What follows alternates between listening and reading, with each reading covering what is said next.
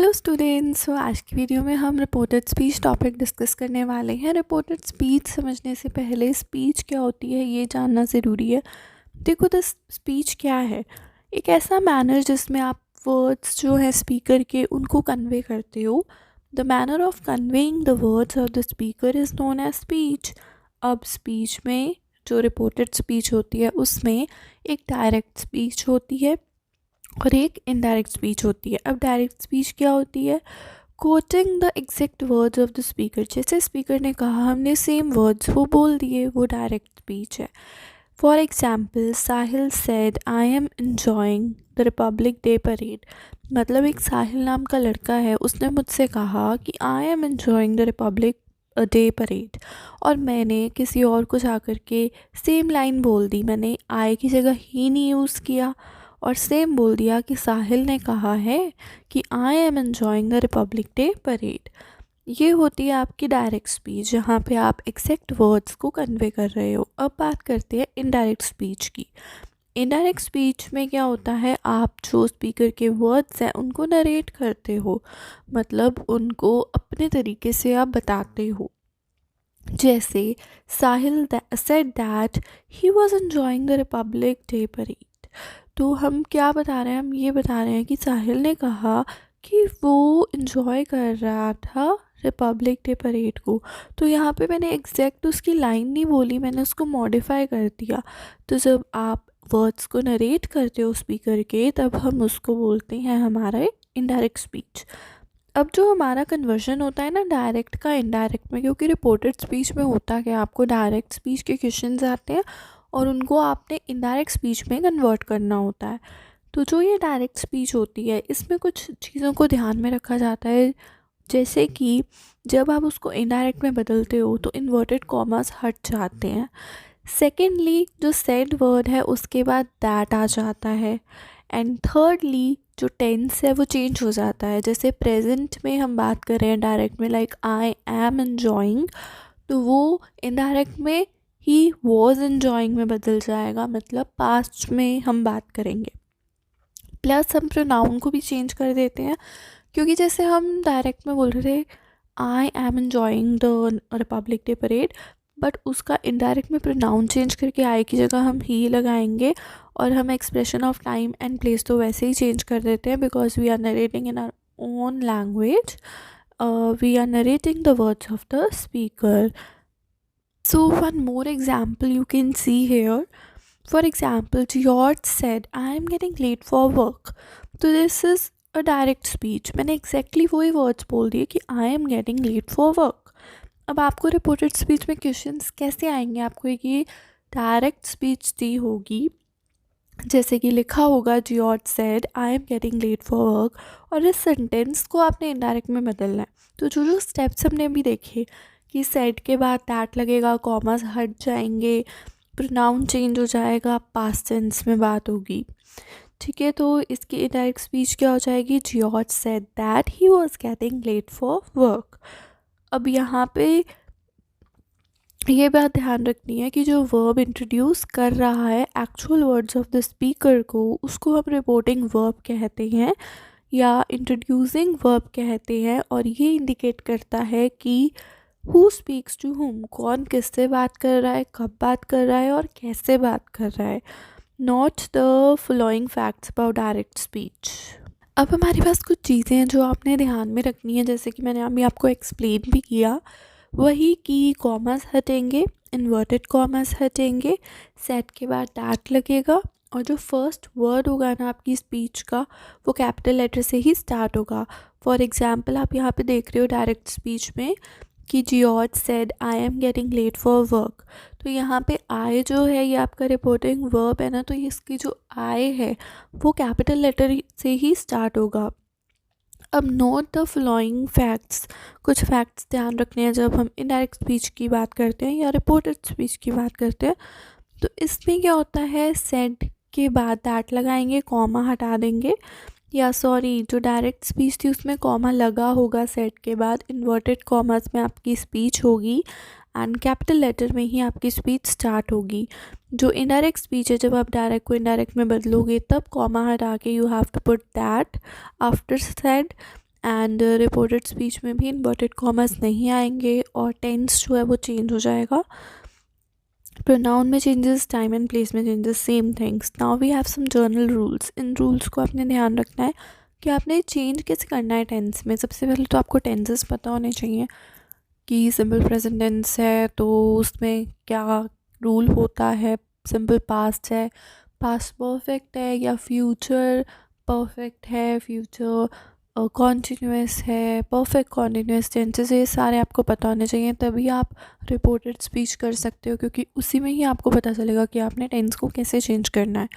अब direct speech में अगर इज एम आर दिया हुआ है तो वो वॉज पर में चेंज होगा, इनडायरेक्ट में वॉज पर, हैड बीन में चेंज होगा, हैज़ हैव हैड में चेंज होगा. जो सिंपल प्रेजेंट है वो सिंपल पास्ट में चेंज हो जाएगा, और प्रेजेंट कॉन्टीन्यूअस है वो पास्ट कॉन्टीन्यूअस में चेंज हो जाएगा. जैसे सिंपल प्रेजेंट की बात करूँ या प्रेजेंट सिंपल की बात करूँ तो प्ले या प्लेज है तो वो प्लेड में बदलेगा. डू डज नॉट प्ले है तो वो डिड नॉट प्ले में बदलेगा. प्रेजेंट कॉन्टीन्यूअस की बात करूँ तो इज़, एम, आर के साथ प्लेइंग है, आईएनजी लगा हुआ है वर्ब की फर्स्ट फॉर्म के साथ, तो वो वॉज वर प्लेइंग में चेंज हो जाएगा वर्ब की फर्स्ट फॉर्म के साथ. आईएनजी तो लगेगा ही, साथ में is am are was were में चेंज हो जाएगा. परफेक्ट टेंस है वो पास्ट परफेक्ट में चेंज होगा. जैसे हैज़ हैव प्लेड है तो वो हैड प्लेड में चेंज हो जाएगा. जो भी जो प्रेजेंट परफेक्ट कॉन्टिन्यूअस टेंस है वो पास्ट परफेक्ट कॉन्टिन्यूअस टेंस में चेंज हो जाएगा. जैसे अगर डायरेक्ट स्पीच में हैज़ बीन प्लेइंग या हैव बीन प्लेइंग लिखा हुआ है तो वो हैड बीन प्लेइंग में चेंज हो जाएगा इन इनडायरेक्ट स्पीच और रिपोर्टेड स्पीच.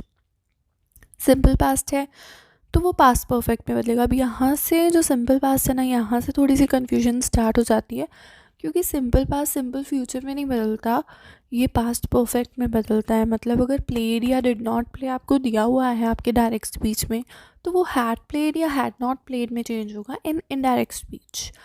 और साथ में जो पास्ट कॉन्टीन्यूअस टेंस होता है वो पास्ट परफेक्ट कॉन्टीन्यूअस में चेंज होता है. अगर आपको पास्ट कॉन्टीन्यूअस टेंस दिया हुआ है आपके डायरेक्ट स्पीच में, वॉज प्लेइंग, वर प्लेइंग लिखा हुआ है, तो वो इनडायरेक्ट स्पीच में हैड बीन प्लेइंग में चेंज हो जाएगा. और जो भी ये मोडाल्स होते हैं जैसे will, shall, can, may, might, may, must, sorry, ये चेंज हो जाते हैं. विल वुड में चेंज होगा, शैल शुड में, कैन कुड में, मे माइट में, और मस्ट हैड टू में चेंज होगा.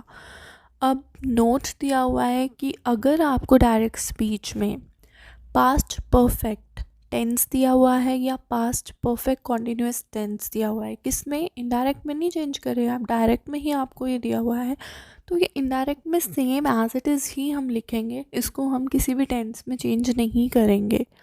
अब यहाँ पे कुछ एग्जाम्पल्स दिए हुए हैं, जैसे कि she said Natasha wants to become a doctor, तो इसकी रिपोर्टेड स्पीच क्या हो जाएगी, she said that Natasha wanted to become a doctor. Wants ED में चेंज होगा पास्ट टेंस में तो वांटेड हो जाएगा.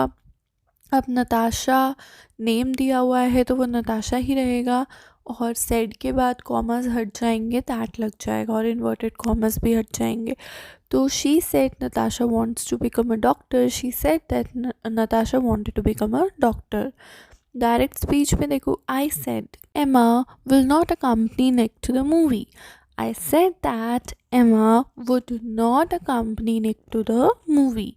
Now we have कुछ exceptions कि मतलब अगर ये सारी चीज़ें आपको डायरेक्ट स्पीच में दी हुई हैं तो ये इनडायरेक्ट में सेम ही रहती हैं, इनमें कोई चेंज नहीं आता. जैसे सिंपल प्रेजेंट टेंस, अगर सिंपल प्रेजेंट टेंस में ये बात हो रही है कि किसी जर्नल ट्रुथ की बात हो रही है, ठीक है, वो चीज़ सच है, वो चीज़ फैक्ट है, उसको आप चेंज नहीं कर सकते, तो वो एज इट इज़ ही आप इनडायरेक्ट स्पीच में लिखोगे. For example, the teacher said Asia is the biggest continent. अब वो स्मॉलेस्ट तो हो नहीं सकता, ये एक जर्नल ट्रुथ है, तो आप क्या लिखोगे, आप लिखोगे कॉमा हटा के सेट के बाद दैट लगाएंगे, बाकी सारा सेंटेंस सेम रहेगा, इसमें आप टेंस नहीं चेंज करोगे.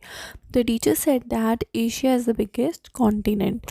अब बात करते हैं, अगर मान लो डायरेक्ट स्पीच में सिंपल पास्ट टेंस की बात हो रही है और वो कोई हिस्टोरिकल इवेंट के बारे में बता रहा है, तो उस डायरेक्ट स्पीच को आप इनडायरेक्ट में चेंज नहीं करोगे उसके टेंस को.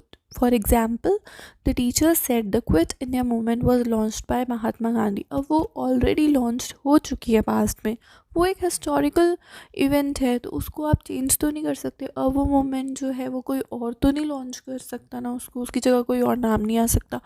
तो सेम रहेगा. The teacher said that the Quit India Movement was launched by Mahatma Gandhi. अब मान लो अगर आपको सिंपल पास्ट या पास्ट कॉन्टिन्यूस दिया हुआ है इन टाइम क्लॉजेस, अगर हम किसी टाइम पीरियड की बात कर रहे हैं और वो सिंपल पास्ट या पास्ट कॉन्टिन्यूस टेंस में बात हो रही है, तो वो भी सेम रहेगा, वो भी चेंज नहीं होगा. For example, he said when we lived और वर लिविंग इन दिल्ली. जब हम रहते थे या रह रहे थे दिल्ली में, तो हम ऑफनली मेट्रो से ट्रैवल करते थे. तो आप इसको इनडायरेक्ट में कैसे बदलोगे? He said that when we का दे हो जाएगा दे लिव्ड और वर लिविंग सेम रहेगा in Delhi, they often travel. We की जगह दे हो जाएगा, आपको प्रोनाउंस चेंज करने हैं, तो दे often travel by the metro. अब यहाँ पे से और टेल दो वर्ड्स हैं. We say something but we tell somebody something. ठीक है, हम कुछ कहते हैं लेकिन किसी को कुछ बताते हैं तो वो टेल हो जाता है, कुछ कहना से हो जाता है. तो थर्स जो रिपोर्टिंग वर्ब सेड है वो टोल्ड में कब बदलता है? जब सेड के बाद में कोई आपको